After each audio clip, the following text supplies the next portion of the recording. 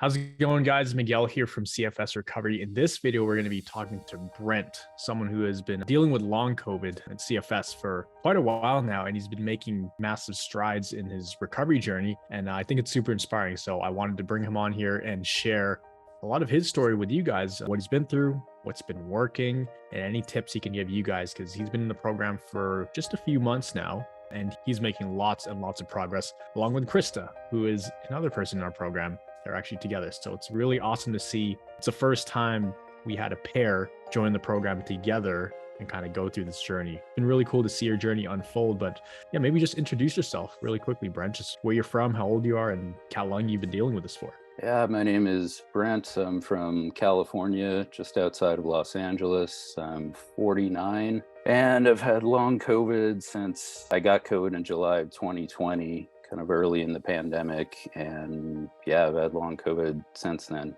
So you've been dealing with it for about 2.5 years. Yeah. Yep. Something like that. And leading up to COVID, were you feeling some of these symptoms? And then COVID was kind of like the straw that broke the camel's back? Or what was it like leading up to this? Yeah, I think looking back, it was kind of overextend myself probably my whole life. But yeah, particularly end of 2019, I had a really bad flu, and it kind of never got quite right after that. You know, all that being said, leading into COVID, I was still able to exercise regularly, work full time, hiking, still definitely active. I remember especially through in March and April of 2020 was, outside walking and hiking really every day. So yeah, I was in pretty good shape. And then COVID really, that was before there were any treatments or anything like that. So I had a really bad case of it and recovered. Looking back, I never did, but I went back to work, made it about 6 weeks, and just completely crashed. Yeah, that's such a common thing too that I hear from people, and a lot of people in the program. It's like they'll get hit really hard with COVID, and then they'll come back after like 1 or 2 weeks, and then they'll go back to work pretty much full time because they feel decent. And then a handful of weeks later, they'll completely hit a wall. Like their body will just completely go downhill. So what kind of stuff did you feel after that 6 weeks? I mean, obviously there was fatigue, but oh man, what were you feeling? Yeah, I made a list of symptoms. It's an entire page here. Wait, can you hold it up real quick? Let's see. Yeah. Oh man, yeah. That's symptoms. Yeah, actually, that's doctors and tests. Yeah, I've got like 4 pages here of just holy cow stuff. But I mean, some of the big ones I had really, and this was after I was testing negative, but I kept getting fevers. And looking back, a lot of, I guess what they would call autonomic dysfunction or dysregulation, a lot of chills with like real convulsions, borderline seizures, incredibly severe fatigue, insomnia along with it, numbness and tingling, tremors, ataxia, balance issues. I was like holding on to furniture and the walls just to walk, vertigo, confusion, memory loss. For quite a while, I was unable to write or spell or do simple math, tinnitus. Shall I go on? Yeah, no, that's crazy. So you couldn't write. Is that because like your hand, you couldn't just move it, or you couldn't connect the words to your... Yeah, I think it was a combination. Definitely the word finding was terrible. I know we call it brain fog, but like that's such an understatement for what it was. And then yeah, the actual motor part of writing it down, like that connection was just gone. Yeah. Like really simple math and with numbers. I remember having phone conversations where I would tell the person I'm talking to, just say, can you remember this? Like, are we really talking right now? Because I wouldn't remember it 5 minutes later, So I have a whole notebook from really the first 6 months, and I call it like notes from the bunker. It just looks like the scrawlings of a madman. There's just stuff everywhere because I was just trying to remember what was happening, just trying to like have some sort of touch with reality. Yeah, the neurological stuff was definitely the most frightening, I would say. And, I was thinking it's early Alzheimer's, or that, having the fevers had caused like brain swelling and that there was permanent brain damage and horrible stuff. That led to the medical odyssey for the next 2 years. Yeah. And so at that time, when you were feeling all of those symptoms flaring up, you were pretty much just at home as much as possible and mainly just staying in bed, or what did that kind of look like? Yeah, we live up 2 flights of stairs. So in a way that kept me active, but in another way that, weeks would go by where I didn't leave the house at all because I had those stairs to deal with. And there's certainly days and days at a time of being bedbound, just getting up to go to the bathroom. And then a lot of time of being couch bound. Like I definitely didn't move from lying down in one area to another, but really minimal moving around the house. Yeah, ordering in food or groceries when I could. Really, really tough, and at that time I was on, we have here state disability for the first year I was sick, which sort of got me through financially, was able to stay afloat, and then had to cash out my whole retirement after. So in terms of, I definitely wasn't working, haven't worked since September 2020, but the day-to-day function was just truly bare minimum with occasional periods of luck, of just like gaining some function back and able to like maybe go out and do groceries and do some simple stuff around the house and, think the clouds are parting and, things are getting better. And inevitably after a few days or just crash again. And so Yeah. it's totally in that push and crash cycle with more crashing than pushing, really. Yeah, totally. And what did that look like medically? Because I know you and Krista have been on a crazy, crazy journey on this merry-go-round. I saw that list you held up earlier. Like, how many doctors do you think you saw in total, approximately? Yeah, doctors. Let's see, what did I add up here? I've got at least 17, and I think that's probably leaving some out. Yeah, I saw 3 cardiologists, a couple of neurologists, well, 4 neurologists. One was a mind specialist, sleep specialist, psychiatrist, rheumatologist, gastroenterologist, pain specialist, infectious disease specialist, intensivist, functional medicine doctor, 2 acupuncturists, physical therapists, massage therapists, and really had some great doctors. I don't really, take away from them. They were really trying everything they could. What the little bit that was known about long COVID at that point was really just trying to plug holes in the dam kind of thing. I mean, that's how I ended up on so many medications, was one medication for one problem, another medication to counteract the side effects of that medication.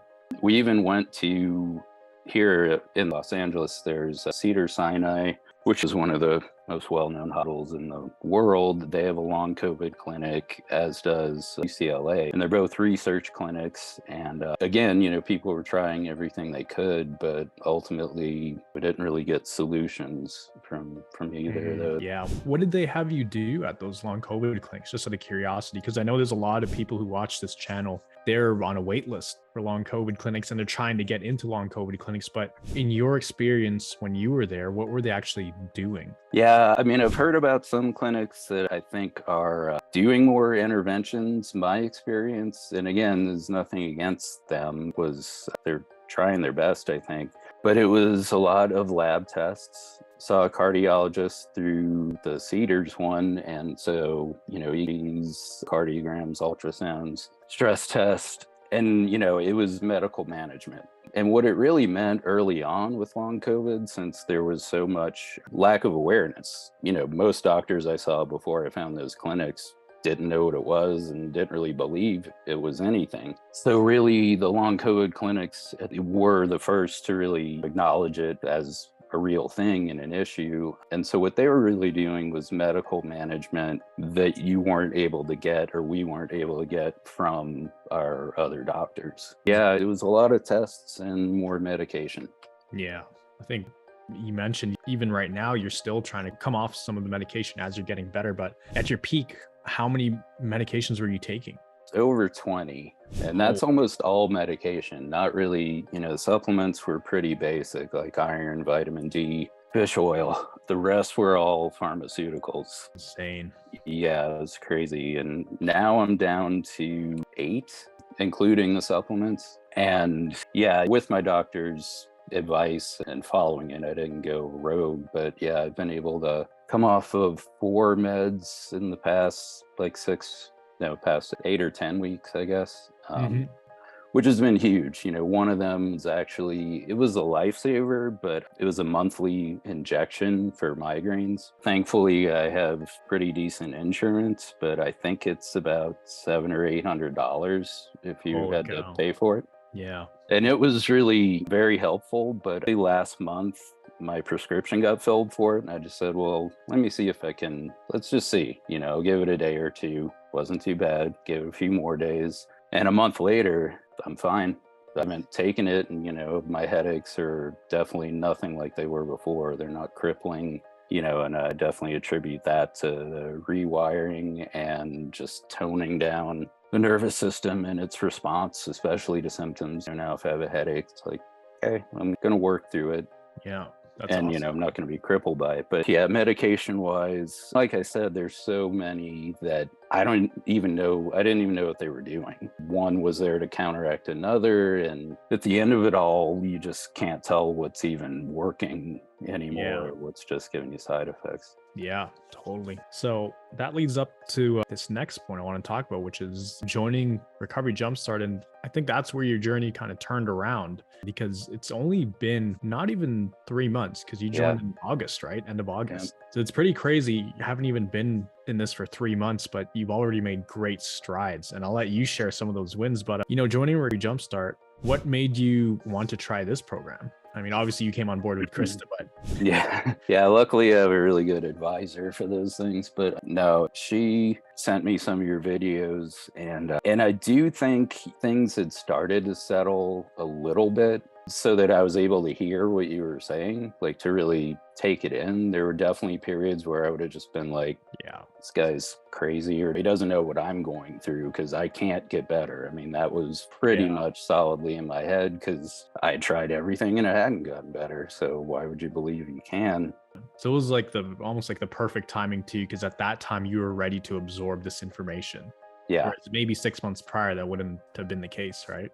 Yeah, it was in a place, but it certainly took prodding. I mean, I know the first few times I saw your videos, I thought kind of similar stuff. It's just like, this is so simple. Like, It's too why? simple. There's no Doesn't make way. Yeah, sense. it's too simple. And over time, I think especially after we had the call with you, when we talked to you, I could just tell the moment we talked that it was legit. It wasn't really a stretch. I mean, I think it was in a lot of ways a leap of faith. When we decided to do it, it was just kind of right then and there. And it was like, we've done like literally everything. So, I don't think we're getting help from the medical community, unfortunately, and there's not going to be a pill for this. Mm-hmm. So, it really spoke to me the most in terms of just recovery and what it takes to recover and things that I have been able to overcome in my life. It's ultimately this that gets you there. Yeah. It's a lot of self-reflection, a lot of like hard pills to swallow. But, I've done a lot of therapy and a lot of talk therapy, and I've never had something where it really pulled in the behavioral aspect. And that's a huge thing of what this program does, in my opinion. And that was evident to me right off the bat, is that it wasn't going to be watch these lectures and then think about it and try to implement it on your own, and like tap on yourself or do whatever kind of stuff that it works for some people. But, for me, if you just kind of gave me a book or like a lecture and then said, good luck with that, I've read all the stuff. It's really not too much of a cognitive switch. I mean, there is a mind shift that has to happen, but it's all about what you put into practice. Mm-hmm. Implementing it. That's the biggest thing, because I don't think you had a shortage of knowledge. It was more so like implementing stuff. And I remember on our first check-in call, when we were coming up with your guys' plan, we even had to really think about, okay, if we do this, if we go for one walk a day, then we have to factor in going up and down the stairs. So let's do that like once or twice a day. And I was like, how often do you do groceries? Do you bring them up the stairs? How many trips are you doing? I remember we had to be a little more careful then, and we really had to look closely at what you guys are doing and build a plan around that. But now you guys are going on hikes and stuff, and it's really cool to see. It's awesome. Yeah, actually, what was it? Just last week, I had a day where I did laundry, did groceries, and I do have an Apple Watch. I've got it to where now, I mean, I let it track stuff and I'll kind of look at it more for inspiration than anything. Mhm. I'm not like looking at heart rate. I'm not obsessively checking all the stuff I used to check before that would Mhm. just kind of make me more freaked out. But the other day, after doing all that stuff, I had done 12 flights of stairs. And Yeah. I You think weren't that doing just that. Yeah, you weren't speaks, doing that yeah. less than 3 months ago, right? Yeah, and to do 12 flights of stairs and not really, I wasn't checking it because I thought I had done that. It was just Just happened to look curious. at it. It's like, Yeah. oh, okay. So I did that without even thinking about it. I had no symptoms after. Yeah. So that part's been, increasing what I would call activity tolerance more so than exercise or something like that. I think, as I think you said, you can't rest or exercise your way out of this illness, but movement and functional mobility is hugely important. That's one of the biggest things most of us want to get back just so we Mhm. can have our life back.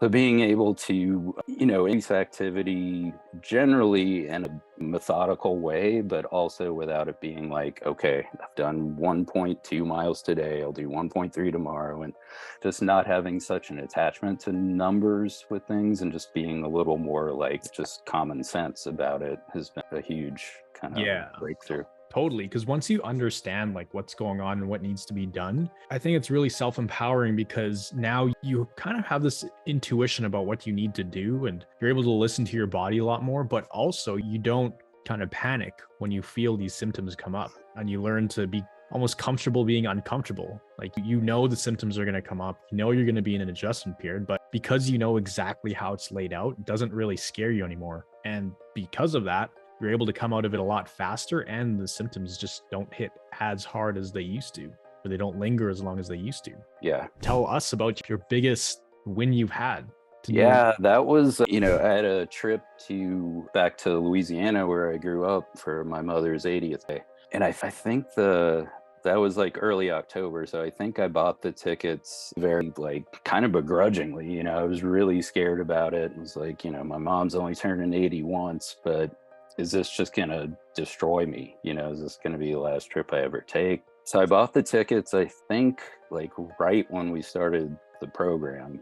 Like end of August, somewhere around there. Yeah, definitely very worried about it. I remember we talked about it quite a few times. And really just doing even the first few weeks of the program, the homework, especially in terms of like really looking at more than anything, my belief systems and the beliefs that were getting in the way of me getting better, beliefs that were really forcing the bad parts of the whole experience. Having that awareness and then really putting into practice, it sounds so simple. I would have thought it was ridiculous, but so just keep repeating the mantra, it's just my nervous system. And to really understand what that means and believe it and know that like I'm getting these symptoms because my brain is scared. It hasn't done these things in a long time. Maybe bad things happened when I tried to do them last time. But just to know that it's giving me these symptoms, but I've had every test in the world. My brain has been scanned every different way and it's fine, surprisingly, but it's fine. And, I'm not having a stroke while I'm thinking about my trip. My hand's getting a little numb. And if I keep thinking about how numb it's going to keep getting number. So anyway, to be able to approach the trip really with optimism and with, I think somehow by that time, I think just by, doing what you told me to do, I was already in a place of, I'm going to have symptoms. I'm going on this trip. It's a lot more activity than I've done in a really long time. I'm going to feel it. So, big deal. I'll get through it. My mom understood what I was going through, like scheduled in a couple rest days and it was great. It was great. Everything that I was scared about in my head, I'd been like visualizing in the wrong way, going through the airport and sitting on the plane with a mask on. And oh God, am I going to get exposed again? And am I going to have to stand in line? I'm going through Los Angeles airport. It's gigantic. It's chaotic, it's always under construction, it's just all these like catastrophizing thoughts, and it was totally fine. I didn't think of any of that when I was actually doing it. I don't even remember if there was a line for TSA. I guess there usually is. Big deal. Yeah, all of that, the travel part was fine, and then being with my mom, having really the best like visit in terms of quality time and being really present, that I can ever, Mm-hmm. and getting to see family and, had some great dinners, of course, in New Orleans. Yeah, And you I had some even good got, food. You had some good really food good food. And I even got to take her to see my brother's band play for the first time. Took my 80-year-old mom to Tipitina's, which is a famous old, like, blues and New Orleans music club for this big show. And, I've had crazy sound sensitivity with my CFS and long COVID. And I didn't even think about earplugs or anything. Like the first minute I was there, it's like, oh God, I've done something very, very wrong. And then I looked at my mom and she's just sitting there like kind of grooving along to things. And it's like, well, okay, it's loud. It's fine. I grew up playing in insanely loud bands, so big deal. And my ears were ringing that night, and the next day it was fine. So I don't exactly recommend all these things to anyone, but, and there were symptoms. There were definitely symptoms almost certainly every day. Just being around, it was all like so far out of my comfort zone or discomfort zone of the past 2 years that of course it kicked in a lot of symptoms, but I think it really is all in how you handle symptoms. And I just, did my best not to freak out. Rest when you need to, be logical about things, and really being as indifferent as possible to symptoms. It's just acid. And you made it back in one piece. I remember specifically about 4 to 5 weeks before this trip on one of their weekly calls, you were really nervous about it and asking us like, what do you guys think I should do? And you were thinking of getting that special airport service with the wheelchair. So someone would push you in a wheelchair through the hospital and into the airplane. And then, even doing it in a wheelchair would be too overstimulating. And you were really nervous, but remember Junior and I were telling you, hey, look, you're going to be good, man. You made it this far. You're in a really strong place.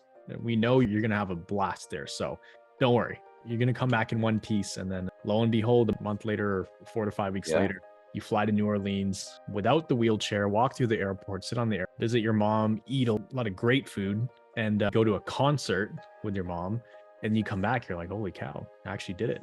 So that was super, super cool to see. And for the longest time, you probably thought doing that was impossible, right? So impossible, and I think probably a lot of people can relate to this. There are things that you want to do or you wish you could do. I think especially family related, where it just feels so bad when you can't do them, or when, you have such dread, fear around doing them. And a lot of it rightly so. And that had been the case. I hadn't even seen my mom since the pandemic and didn't really imagine when I was going to see her again unless she came out here. Again, it's like my 80-year-old mom, and I'm going to say, you have to come see me. That feels really bad. Yeah, there's a lot of guilt. Yeah, so it was really amazing to get to do it, to feel good while doing it, feel good after doing it. Yeah, it definitely kicked my whole recovery up a notch to get that kind of some going in the trajectory. And I got home, and I guess I had an adjustment period. I definitely had symptoms, and I just did what, you would kind of just logically do. I'm like, I'll lay low for a few days, take it easy. Yeah. And it was fine. There you go.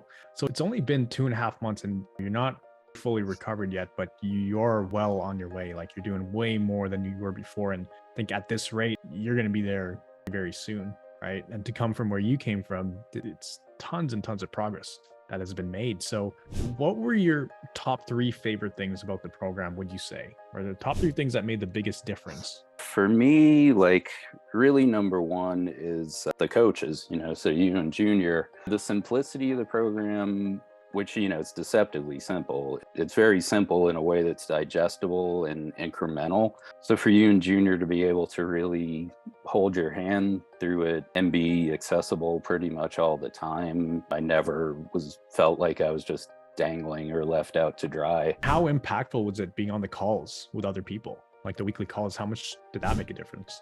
Calls were huge. The calls, as well as the Discord app, where people are in touch and kind of cheering each other along and asking questions. And then the calls, our group, it was so fascinating. Each person really, at least to me, almost represented a part of my thought process around the illness, or just a part of the illness for me. One person might be really worried about a certain symptom, another person's worried about another one, and they're all things I could completely relate to. Even everyone's different kind of reaction to symptoms or fears. I think a lot of it is everyone getting to share what they're afraid of and have other people there that either have, overcome that or in the process of doing it and can really put your mind at ease and give you support. So the group calls, absolutely still doing them and still look forward to them every Monday and Thursday that I've been doing them. Even if I'm like feeling maybe not so great or just like mentally not in the place where I feel like doing one,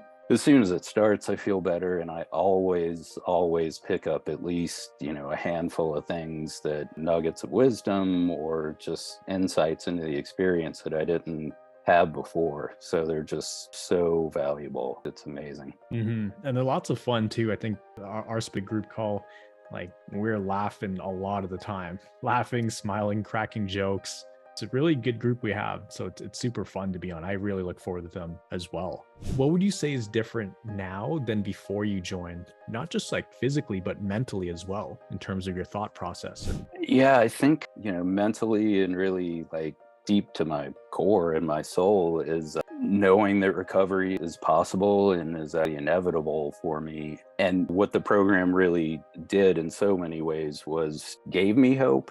And I think more important than like giving hope is it taught me how to find my own hope, to really see what was possible, what I've overcome already, and what was standing in my way. After going through the ringer with the medical field and every other kind of attempted cures, it's certainly lost hope altogether. So that's been really the biggest thing. And to approach it with that kind of mindset, I've always been a very skeptical person just by nature. So believing in anything has always been a bit of a tricky one for me.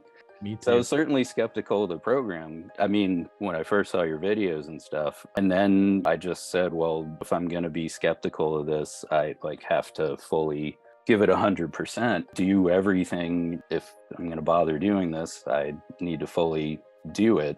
And so by doing that, I was able to really have a total shift in my thinking and really just see the inevitability of recovery, that as long as I keep approaching it with this new mindset and much more logical, less emotional roller coaster way of dealing with things, not doing the push crash cycle, like really just focusing on progress and knowing that you're going to get symptoms as you progress, and that's okay. That part has just been massive. So now having the cognitive and the physical ability coming back, what I would call activity tolerance and function. I am progressing in terms of exercise, and that's really gratifying. But at the end of the day, it's, I want to be a functional human first and foremost. I definitely want to do hiking. I want to do a lot more physical activity, a lot more cognitive, a lot more reading books. And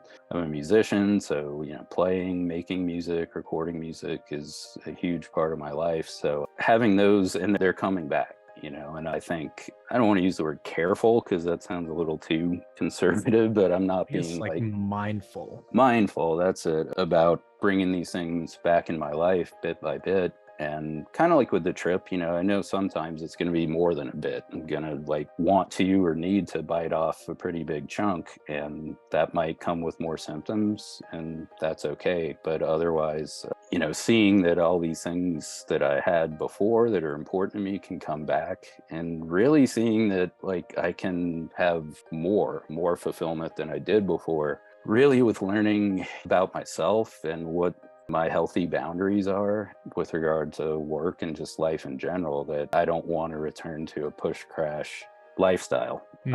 And I really, owe it to myself and my loved ones to not do that. So I'm looking forward to having life back and having space for creativity, having the mental capacity that was gone for so long. Having that come back is amazing.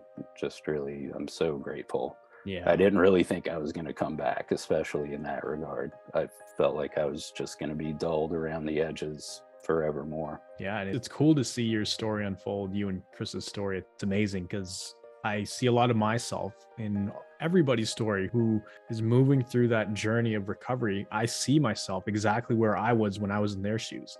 And when they're a little bit better, or when you're kind of functional, and when you're able to do groceries again, or when you're able to eat at all these restaurants again that you haven't ate at in a long time. I saw you're eating quite a bit of ramen. Yeah. Right? And like, I remember what it was like to have that freedom back. Even something simple like eating great food, it just, you're so grateful for those Yeah. things. So what would you say to somebody who is kind of lost right now and they're not really sure which direction to move towards? Let's say someone was in your shoes where you were not too long ago. There are about 20 doctors in, not really getting answers, doing all these scans, medication, this and that, but they're not finding anything. They might be in your same shoes. What would you tell them? Like words of inspiration or advice? Yeah, for a big thing for me was finally, first of all, believing my doctors that nothing was, that they couldn't find anything catastrophically wrong. It was in my head for so long that they're missing something. And I think especially with long COVID, it being this new thing that we didn't know, maybe still don't know, but I've been cleared in every way. So to believe that like we're starting from a place where I'm not actively dying. There's not some risk of like, if I do a little bit more, I'm going to be permanently knocked back and I'm never getting up again. Mm-hmm. There's really nothing going on that would indicate that. When I'm a physical therapist, and with what I know, yeah, there's no reason to believe that if I do a little bit too much and have symptoms, that I'm going to be permanently in that situation for me. So, anyone who's watching this and who's in that position and dealing with hopelessness, or maybe they've kind of come out of that a little and they're looking for something to help them along. I mean, in any phase of your recovery, I would absolutely say apply for the program, talk to Miguel. I thought he was lying when he said only certain people are picked for the program, but now that I've been in it, I clearly see that's true. He's not just like opening the door to everyone, because not everyone is appropriate. So talk to him. If you are appropriate for it, then you're not going to regret it at all. I certainly haven't met a single person in the program. There's quite a few of us now who's expressed any kind of regret or remorse or I wish I didn't do this or any of that, like nothing, not even a hint of it. And that's not because we're all just like, swallowing some pill and mindlessly doing it. Everybody, everybody is really in every different level of recovery, from, bedbound in the hospital to, pretty functional. And everyone's very open and very honest. And they're an amazing support system. And you've got two amazing coaches who have been through it 100% themselves, who know the way out and have recovered. And 3 months into doing this and putting their techniques into practice, and I can't argue with the results. Like, I have no other thing to explain the results I've had. I haven't started concurrently taking some, experimental wonder drug or something. Like, this is completely from doing this program. And from having done it and the hard work with it, I know that it is a miracle in the sense that I feel like I shouldn't even be alive, and I'm here, and I'm super grateful for that. But the program is very logical. They don't get bogged down in the science, but it's 100% scientifically based. Neuroplasticity, brain retraining, reprogramming, all this is completely legit science. If you want to know about it, Miguel and Junior are happy to talk about it, but you also don't have to be a neuroscientist to do this. It's very user-friendly, it's simple, it's doable, and I would highly, highly recommend you at least check it out, at least apply, at least talk to them. Yeah. And what you said earlier about, there is an application process in place because we want to make sure we're bringing in the right people into the program, not just like for us, but also for them. Like, we want to make sure we can actually help people, not just bring someone in for the sake of bringing someone in and pumping the numbers up. Yeah. We want to make sure we can actually really make a difference in their recovery. So if there's other health issues going on, then as long as they've been checked by doctors, you've had your scans and nothing really explains it, that's a pretty good indicator that is pointing to the nervous system. And that's when, we can come in and confidently say like, you've had all these other tests done. They would have found something by now. So if they haven't found anything, but you're feeling this way, they'll probably fix this. So it's worth a shot. But your story it's been amazing. And it's just getting started too. I can't wait till we have this interview like 6 months from now, or when we do our Thriver retreat and then, you and Chris are out there, and then we're on top of a mountain and we're taking a picture from up there. Like, it's going to be absolutely epic.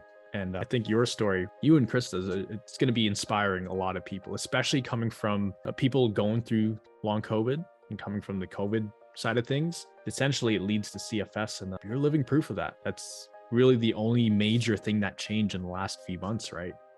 And you've been taking less medication. Yeah. I don't know if I touched on, I was having really tremendous joint pain and nerve pain. And it was finally a rheumatologist who really, like, as a diagnosis of exclusion, diagnosed me with CFS and fibromyalgia, which, he said post-viral, long COVID, could have been for other people a different virus. And I'm off of 2 of the 3 medications he had me on that were for pain, for joint pain. And he did x-rayed every joint in my body. And he was kind of a funny guy. And, it was like, you have the pelvis of a 20-year-old, he aged all my joints, but I don't even have any arthritis. I mean, it's downright like kind of obnoxious. Like, I'm physically completely fine, except that for 2 years I was completely not physically, completely fine. So yeah, especially in the long COVID community, I think there's so much fear, and rightly so, but to really just kind of see that if you're at a point where you've been cleared with everything, it is, presents the same as CFS. And this has definitely been, for me at least, my way of coming out of it. So I'm really looking forward to the rest of the journey. Yeah, you'll be there very soon. You're well on your way. The beginning is the hardest part, and we're pretty much past that hump in the beginning. So now it just gets easier and easier from here. Let's put it that way. So Brent, man, I really appreciate you coming on here and sharing some of your story with people, sharing some inspiration. If you guys are going through something like long COVID or CFS and you've seen 10, 15, 20 doctors, you're taking tons and tons of medication and they're not really offering solutions and you feel kind of hopeless, look at Brent's story. I think we can learn a lot from it, and seeing how far you've come and just hearing your story, I think it's going to help a lot of people. So is there anything else you wanted to share? Just, don't give up. Don't lose hope. Don't listen to the people that are saying you're never going to recover, because if they haven't recovered, they don't know that you can, and they're stuck in that place, and that's terrible. Yeah, totally. That was pretty bad, but it's like if you ask, I don't know, if you're hanging out with your friends and you tell yourself, or you tell them, guys, I want to be a millionaire. I want to be a millionaire. And they're like, no, you can't become a millionaire. It's impossible. But no, there's literal proof. There's people with millionaire who are millions of dollars, right? From a business aspect. So it's like, when it comes to recovery, yeah, definitely only listen to people who are where you want to be. Don't listen to somebody who is not recovered. Because even me on my YouTube channel, we get it all the time. It's like, why are you spreading false hope and getting people's hopes up? I'm like, are you recovered, sir? Yeah. No, I'm not. And that just shows it's impossible. I'm like, okay, impossible according to who? Well, in my experience, yes. In your experience, you can't recover because you're not recovered. My experience is you can recover. So, kind of touching on that point, were there times, you just felt completely hopeless, like there was 0%? A lot of hopeless times, a lot of, quite honestly, not really being, thinking if this was all over, I would really prefer, that this is no way to live. Like, true hopelessness, demoralization, real lack of a fight, left in me at that point. Just despair and like the will to live, right? Yeah. And I do think it's natural at that point that if you're like seeking information and you like find somebody that is kind of at your point or lower, you're kind of going to look to them for information because you see yourself heading that way and you kind of want to know what it's going to be like. And I certainly hope everybody makes it out, and to extend a hand to try to help people make it out. But, like you said, if you're not looking at the people who have recovered, you're not going to figure out how to recover. Yeah, totally. A lot of it comes down to what you feed your mind, Yeah. You want to feed your mind the right stuff and positive things. So yeah, you guys absolutely can recover. As long as you've gotten all your other tests done, ruled everything else out, these approaches will work. And it's not easy.